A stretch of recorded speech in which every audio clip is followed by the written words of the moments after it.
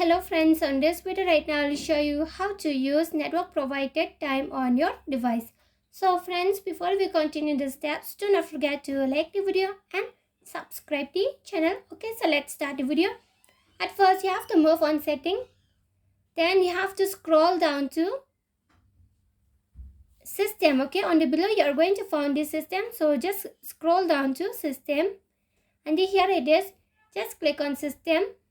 After you have been click on system, you are going to find this feature. Okay, so here what you have to do is just click on date and time.